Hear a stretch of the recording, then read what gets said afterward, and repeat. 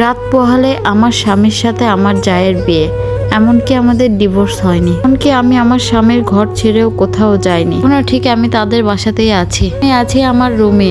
বিয়ের 9 বছর হতে চলেছে, এখনো পর্যন্ত কোনো বাচ্চা কাচ্চা হয় নাই। সেটা অবশ্য আমার স্বামীরই। ওনার শুক্রাণুর পার্সেন্ট মাত্র 2%। অনেক ডাক্তার দেখাইছি, অনেক চিকিৎসা করছি, কিন্তু কোনোই লাভ হয়নি। ডাক্তার বলেছে সে কখনোই বাবা হইতে পারবে না। বিয়ের 3 বছরের মাথায় যখন জানাজানি হয় যে তার কখনো সন্তান হবে না, সেই দিন রাতে মানুষটা আমাকে জড়ায় ধরে অনেক বেশি কান্নাকাটি করেছিল। আমাকে বলেছিল যে আমি যেন কোথাও না যাই। আমিও কথা দিয়েছিলাম যে কোথাওই যাব না। এর মধ্যে আমাদের দিনকাল ভালোই যাচ্ছিল। শাশুড়িও আমাকে খুবই বেশি ভালোবাসতো। হঠাৎ একদিন আমার ভাসুর ব্রেন স্ট্রোক করে রাতে মারা যায়। আমার ভাসুর এবং যা দুজনেই আলাদা থাকতো।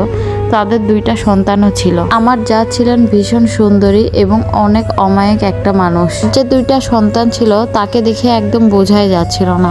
তাদের 18 বছরের সংসার ছিল। আমার ভাসুর মারা যাওয়ার পর তার 2টা মেয়ে আমার কাছেই থাকতো, এমনকি আমার যাও আমাদের বাসাতেই বেশি সময় কাটাইতো। বাসাটা আমার স্বামীরই করা ছিল। শ্বশুরের জায়গার উপর স্বামী একতলা বাসা করেছিল। আমার ভাসুরের ছেলে মেয়ে আগে আমার স্বামীকে ছোট বাবা বলে ডাকতো। ভাসুর মারা যাওয়ার পর থেকেই বাবাই বলে ডাকে শুধু। আমার ভাসুরের টাকা পয়সার আসলে কোনো কমতি ছিল না, অভাবও ছিল না। তারপরও আমি আমার স্বামী দুজনে আমার যাকে এবং বাচ্চাদেরকে খুবই ভালোভাবে দেখাশোনা করতাম। আমার ভাসুর মারা যাওয়ার পর থেকে আমার ভাসুরের ছেলেমেয়েরা আমার স্বামীকে ছাড়া কিছুই বুঝতো না। আমি সারাদিন গরু ছাগল নিয়ে ব্যস্ত থাকতাম। কোন দিক দিয়ে সময় যাইতেও বুঝতাম না। এমনকি রাতের বেলা আমার ভাসুরের ছেলে মেয়েরা আমাদের রুমে এসে ঘুমাইতো। আমার খাট খুব একটা আহামরি বড় ছিল না, তাই আমার স্বামী এবং জায়ের 2টা ছেলে মেয়ে উপরে থাকতো আর আমি নিচেই ঘুমাইতাম। এইভাবে আমার আর আমার স্বামীর মাঝে তৈরি হলো অনেক বেশি দূরত্ব। বড় ভাসুর মারা যাওয়ার পর থেকে আমার শাশুড়ি আমাকে আর কোনো প্রাধান্য দেয় না। বড় ভাবিকেই খুব মূল্যায়ন করতো। স্বামীও আমাকে খুব একটা গুরুত্ব দিত না। মানে সবাই কেমন জানে অন্যরকম একটা চেঞ্জ হয়ে গেল। আমার স্বামী সবসময় ভাবি ভাবি করতো। আমার বড় যা আবার আমার শাশুড়ির বোনের মেয়ে ছিল। আমার ভাসুর মারা যাওয়ার পর তার কিছুদিন পরে আমার যা শাশুড়ি সবাই মিলে তাদের বাসায় চলে গেল, এমনকি আমার স্বামীও সাথে চলে গেল। সে সারাক্ষণ ওই বাসাতেই বাজার করে দিত, এমনকি রাত্রেও থাকতো। আমি হয়ে গেলাম একদমই একা। আমার হাঁস মুরগি গরু ছাগলের জন্য আমি ওই বাসাতে ঠিকভাবে যেতে পারতাম না। আর আমার স্বামী তো প্রয়োজন ছাড়া আমার কাছে আর আসতোই না।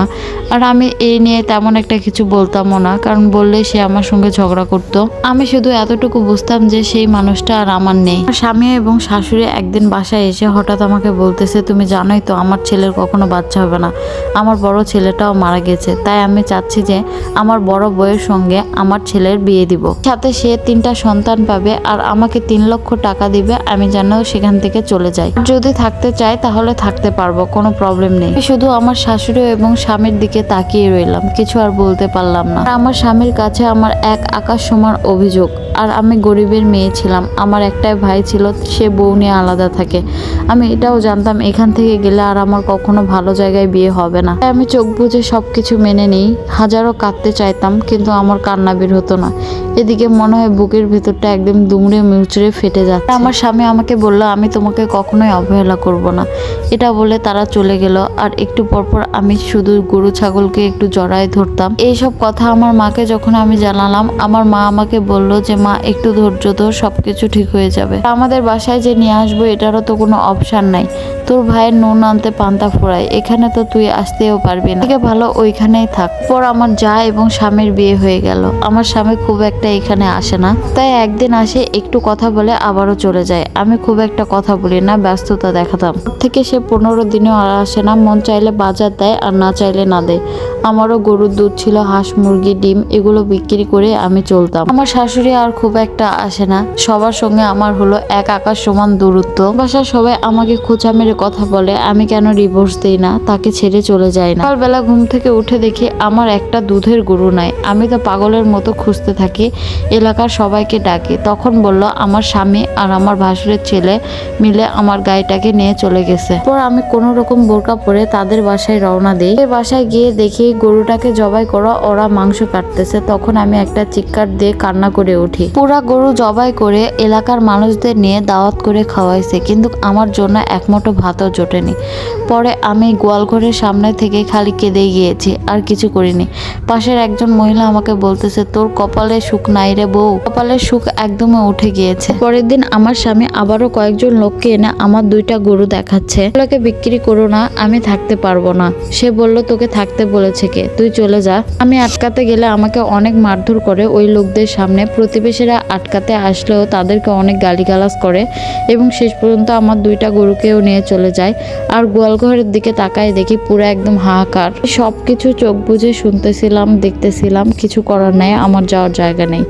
আমার বাবারও অনেক সম্পত্তি ছিল কিন্তু আমাদের সাথে বেইমানি করেছে। একদিন সকালে আমার বাসায় ঘুরতে আসে, আমি সবাইকে রান্না বাড়া করে খাওয়াই। আমি রান্নাঘর থেকে দেখতেছিলাম কি সুন্দর হাসি খুশি পরিবার, 3টা বাচ্চা, বউ, মনে হচ্ছিল আমি একটা আগাছা। মাগরিবের আজান দিচ্ছে, নামাজ পড়ে একটু ভাত খাচ্ছিলাম। সেই সময় আমার স্বামী এসে বলতেছে তাও তো একটু বটি, তার 2টা মুরগি জবে করব। তখন আমার সাথে অনেক তর্কাতর্কি হয়। আমি বললাম আমার মুরগি কেন, বাজার থেকে কিনে আনেন। এটা বলার সাথে সাথে আমাকে চামিচ দিয়ে 2টা বাড়ি মারে আমার স্বামী। মুরগিগুলো জবাই করে ওরা একসঙ্গে বসে খাচ্ছিল। তখনই আমার ভাবি কই থেকে জানি এসে আমার গালে একটা থাপ্পড় মারে, মেয়েরা আমাকে বলতেছে এখন আমরা বেঁচে আছি বলে আমাকে সেখান থেকে নিয়ে চলে আসে। এটা ছিল এক অভাগা আপুর গল্প। কেমন লাগছে অবশ্যই কমেন্ট করে আমাকে জানাবেন।